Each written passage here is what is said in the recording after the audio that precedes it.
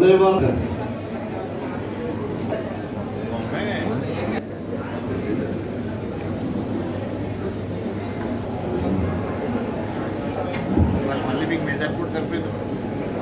వందే మాతరం.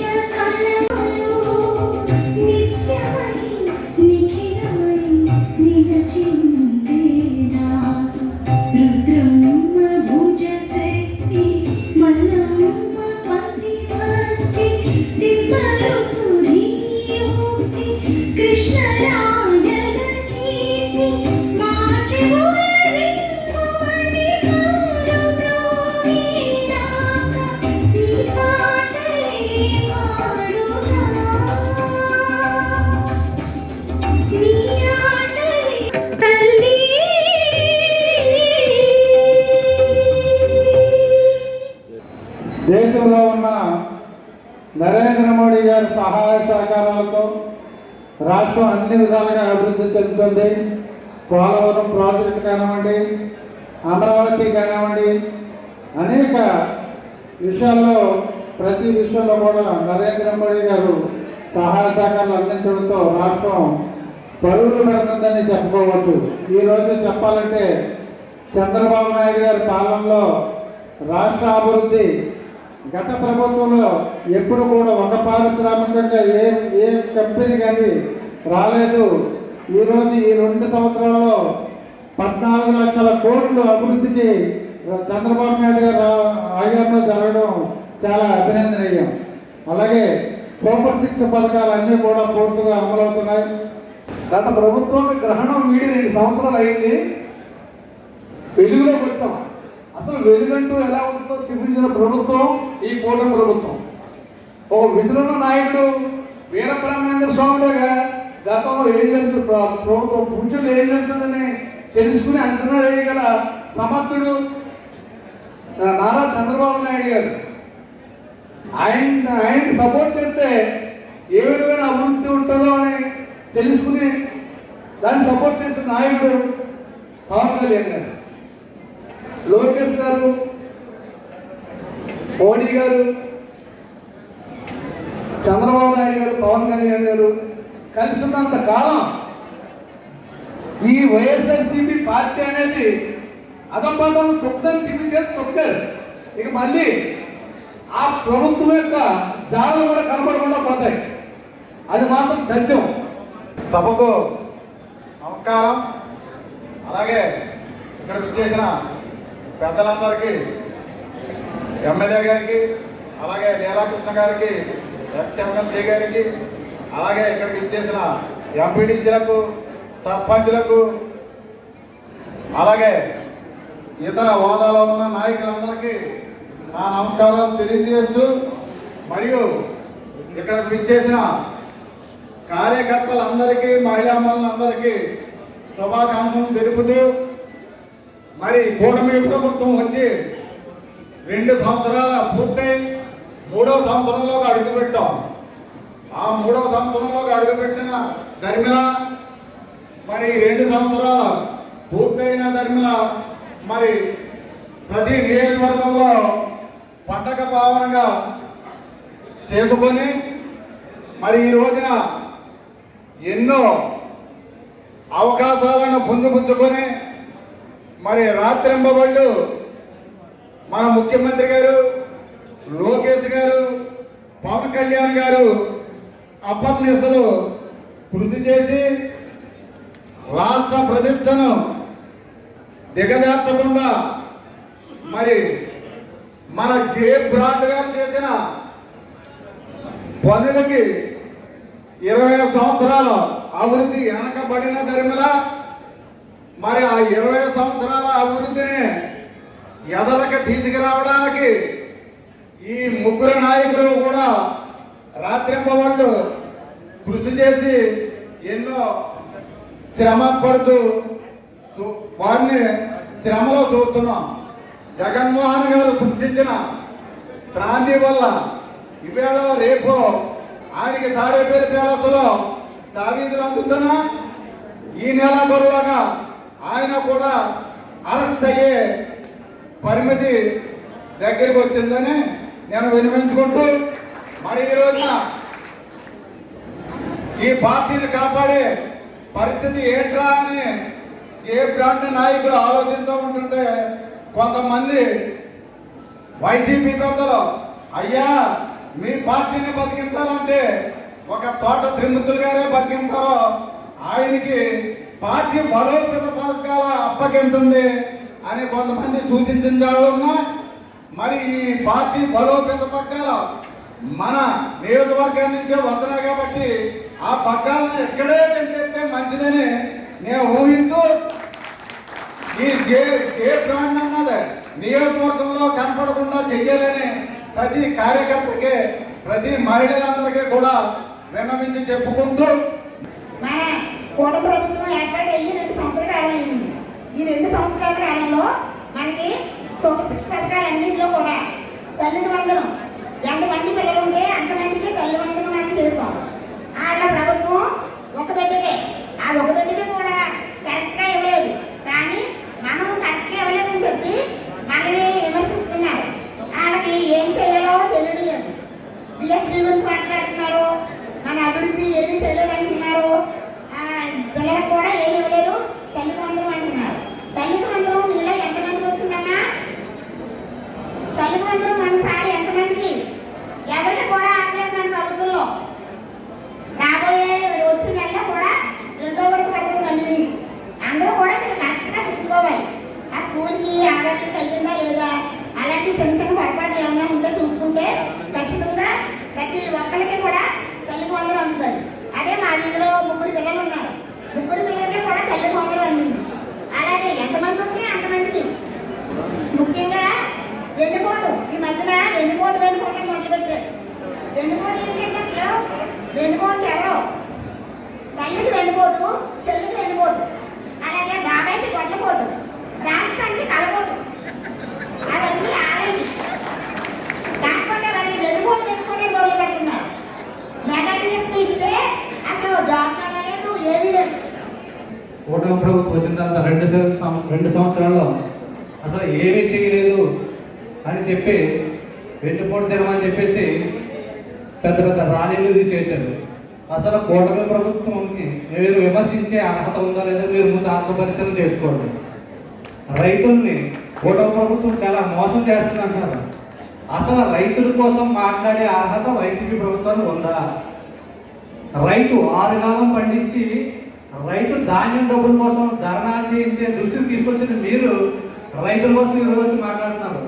60 రోజుల వరకు ధాన్యం రైతు అమ్మితే డబ్బులు ఇవ్వలేకపోయి అనేక పోరాటాలు చేసి అదే రైతు డబ్బుల కోసం అనేక మీటింగ్లు పెట్టిస్తే అప్పుడు ఇచ్చి మీ గవర్నమెంట్ దిగిపోయినప్పుడు కూడా 1600 కోట్ల రూపాయలు భాగాలు పెట్టి వెళ్ళిపోయిన ప్రభుత్వం మీ వైసీపీ ప్రభుత్వం. కూటమి ప్రభుత్వం వచ్చిన తర్వాత ఆ 1600 కోట్ల రూపాయలు బాకీలు కట్టి ఈరోజు ధాన్యం అమ్మి రైతు ఇంటికి వెళ్ళే లోపు డబ్బులు పట్టదంటే అది కూటమి ప్రభుత్వం ఒక గంట. మీరు 5 సంవత్సరాలు అధికారంలో ఉండగా రోడ్లు ఎంత అస్తవ్యస్తం ఉండేది తెలుసు. ప్రజలకు కొంత అయింది. ఆ రోడ్డు కోసం కూడా అనేక పోరాటాలు చేసాం. కూటమి ప్రభుత్వం అధికారంలోకి వచ్చిన తర్వాత నియోజకవర్గంలో రోడ్లు అప్పుడు మీ 5 సంవత్సరాలు ఎలా ఉండి ఇప్పుడు 5 సంవత్సరాలు ఇప్పుడు కూటమి ప్రభుత్వం వచ్చిన తర్వాత రోడ్లు ఎలా ఉన్నాయి. అలాగే మీరు ఇచ్చే పథకాలు కూడా ప్రతిదీ రెట్టింపు ఉత్సాహంతో చేస్తున్నారు. మీరు ఆర్థిక వ్యవస్థను చిన్నాభిన్నం చేసి వెళ్ళిపోయారు. దాన్ని ప్రతిదీ కూడా లైన్లో పెట్టుకొని ప్రజలకు ఏం కావాలంటే అది కూటమి ప్రభుత్వం తప్పకుండా అందిస్తుంది. అంతే తప్ప వైసీపీ నాయకులకి మీకు కావాల్సిన పరిపాలన చేయడానికి మేము అధికారంలోకి వచ్చింది అని చెప్పి వైసీపీ నాయకులకి సభాపూర్వకంగా తెలియజేస్తున్నాను. ఆ రాష్ట్ర పాలనలో మొత్తం వ్యవస్థను అన్నింటినీ కూడా నిర్వీర్యం చేసి రాష్ట్రాన్ని అప్పుపాల్లో పెట్టి వెళ్ళిపోయినటువంటి ఘనత గత వైఎస్ఆర్సీపీ ప్రభుత్వానికి దక్కింది. యువతకు ఉద్యోగావకాశాలు కల్పించే విధంగా మంచి ముందు చూపుతో పరిశ్రమలు నిర్మించడం జరిగింది. అలాగే ఐటీ రంగంలో అభివృద్ధి చేస్తూ ఈ రాష్ట్రాన్ని ఐటీ రంగంలో నెమ్మదిగా నిలబెట్టే విధంగా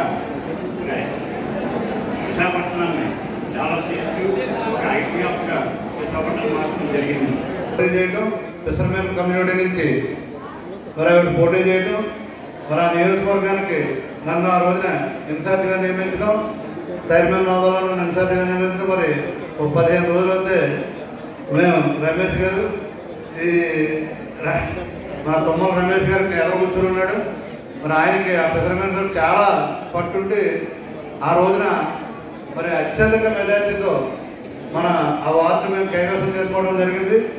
మరి సోదరిమని మన మండపేట నియోజకవర్గానికి ఇన్ఛార్జిగా వచ్చినటువంటి శ్రీమతి తుమ్మల సునీత గారిని వారి యొక్క అమూల్యమైన సందేశాన్ని ఇవ్వాల్సిందిగా కోరుతుంది.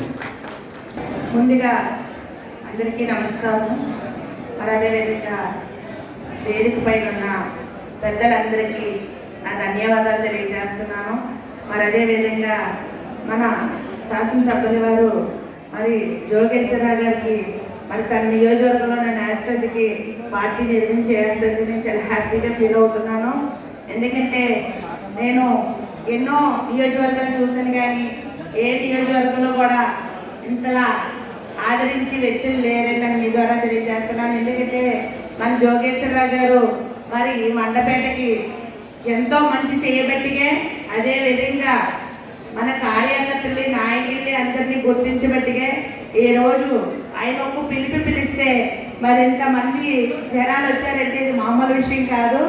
మరి అదే విధంగా చూసుకుంటే ఇవాళ కూటమి ప్రభుత్వం నాయకులకి కార్యకర్తలకి నా ధన్యవాదాలు తెలియజేస్తూ 2 సంవత్సరాల పాలనలో మరి నారా చంద్రబాబు నాయుడు గారు మరి మొన్న 12వ తారీఖుని మరి తిరుపతిలో సభ ఏర్పాటు చేయడం జరిగింది.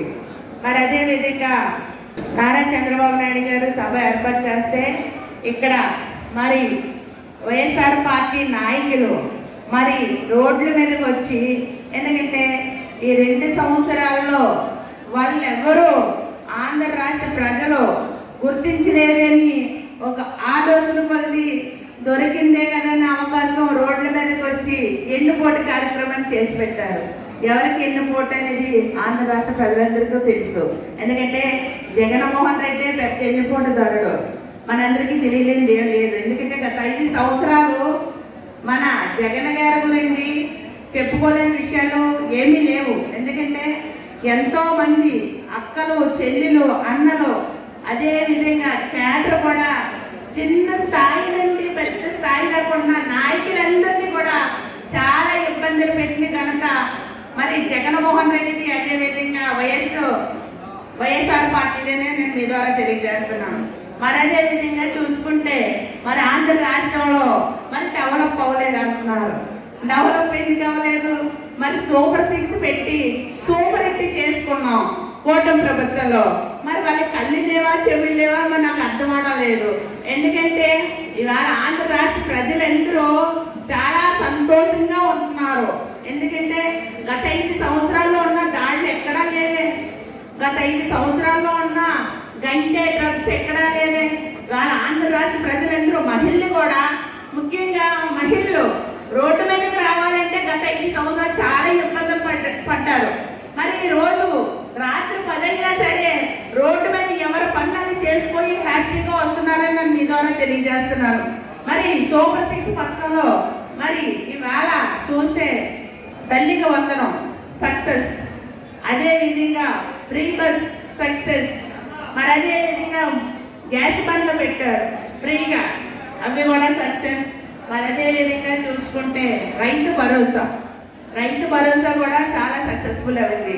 మరి అదే విధంగా చూసుకుంటే మత్స్యకారుల భరోసా మరి 100% కూడా మరి నారా చంద్రబాబు నాయుడు గారు వచ్చాక మనిషికి 20,000 చొప్పున మత్స్యకారుల భరోసా వేశారని నేను మీ ద్వారా తెలియజేస్తున్నాను. మరి అదే విధంగా చూసుకుంటే ఈవేళ పెట్టుబడులు ఎన్నో తీసుకొస్తున్నారు నారా చంద్రబాబు నాయుడు గారు. ఎందుకంటే ఆయన వయసు 75 సంవత్సరాలు. 75 సంవత్సరాలు అయినా సరే ఈవేళ 35 సంవత్సరాల కుర్రోడ్లాగా ఆంధ్ర రాష్ట్రం పని చేసి ముందుకు తీసుకెళ్తున్నారని నేను మీ ద్వారా తెలియజేస్తున్నాను. మరి అదే విధంగా ఎన్ని ఓర్చుకోలేక జగన్మోహన్ రెడ్డి మరి తాడేపల్లి ప్యాలెస్లో అండి మరి పబ్జి ప్రేమ ఆడుకున్న వ్యక్తికి ఈ ఆంధ్ర రాష్ట్రంలో ఏం జరుగుతుందని జగన్మోహన్ రెడ్డికి ఏం తెలుస్తుంది? అసలు జగన్మోహన్ రెడ్డికి తెలియదు, జగన్మోహన్ రెడ్డి నాయకులు కూడా తెలియదని మీ ద్వారా తెలియజేస్తున్నాను. మరి అదే విధంగా వస్తే ఇవాళ గూగుల్ కంపెనీ తీసుకొచ్చారు. మరి అదే విధంగా చూసుకుంటే వాళ్ళ రోడ్లు, ట్రైన్లు ఎన్నో రకాలుగా రాష్ట్రం అభివృద్ధి చెందుతుందని నేను మీ ద్వారా తెలియజేస్తున్నాను. మరి అదే విధంగా చూసుకుంటే ఇవాళ మరి నారా లోకేష్ గారు మరి చట్టసభల్లో మరి 33% మహిళలకి రిజర్వేషన్ అక్కడ పెట్టినా సరే అక్కడ ఆమోదించకుండా సరే 2029 ఎన్నికల్లో మహిళకి 33% రిజర్వేషన్ ఇచ్చి నేను తీసుకొస్తానని మరి ఆ రోజు మాట్లాడడం జరిగింది. మరి ఇన్ని ప్రభుత్వాలు వచ్చాయి, ఇన్ని గవర్నమెంట్లు వచ్చాయి, ఇంతమంది ముఖ్యమంత్రులు వచ్చారంటే ఎవరన్నా మహిళల గురించి ఇంతలా ఆలోచించారా అని మీ ద్వారా అడుగుతున్నాను. ఎందుకంటే బొర్ర చల్లడం చాలా ఈజీ, కానీ ఆంధ్ర రాష్ట్ర ప్రజలందరూ మనకంతా చాలా తెలివైన వాళ్ళు. మన నాయకులే తెలివైన వాళ్ళు అనుకుంటాం, కానీ ప్రజలు ఇంకా తెలివైన వాళ్ళు. ఏ నాయకుడు ఏం చేస్తున్నాడు, ఏ ముఖ్యమంత్రి వచ్చాక ఏం జరుగుతుంది అనేది ప్రజలు చాలా బాగా గమనిస్తున్నారని నేను మీ ద్వారా తెలియజేస్తున్నాను. నాకు ఇంత మంచి అవకాశం ఇస్తేందుకు మరి జోగేశ్వరరావు గారికి, కూటమి ప్రభుత్వానికి ధన్యవాదాలు తెలియజేసి సెలవు తీసుకుంటున్నాను. Thank you. ఇక్కడ కొన్ని విషయాలు చెప్పాలండి. మనం అందరం కూడా కొన్ని తప్పుగా పడుతున్నాం. కేంద్రంలో మోదీ ప్రభుత్వం ఉంది, మన రాష్ట్రంలో చంద్రబాబు ప్రభుత్వం ఉందని. 2 చోట్ల ఉన్నది ఎన్డీఏ ప్రభుత్వం అండి.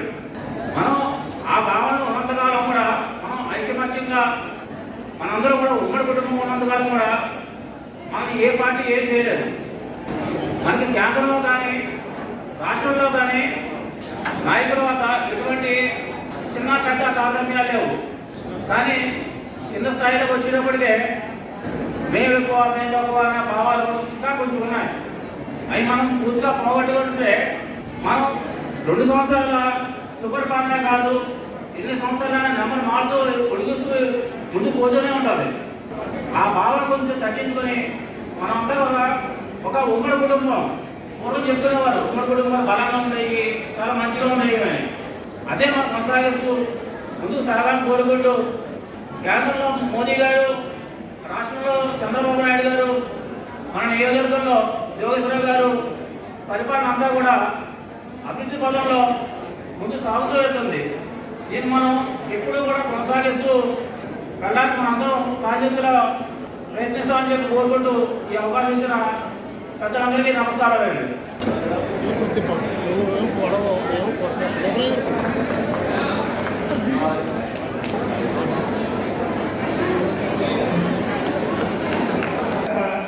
ఏర్పడతాం.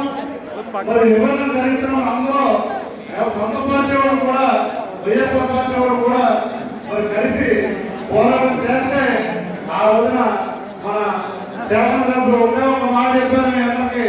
మరి ఒకసారి మనం కాదు, మరి మండపల్లి నియోజకవర్గం ఉన్నంతకాలం కూడా ఆయన కీర్తికి అలాగే ఉంటుందని చెప్పి ఈ సందర్భంగా మరి మీ అందరికీ తెలియజేస్తూ మరి అదే ల్యాండ్ రైట్ యాక్ట్ కూడా రద్దు చేసుకుని ఈ రోజున మనందరం రైతు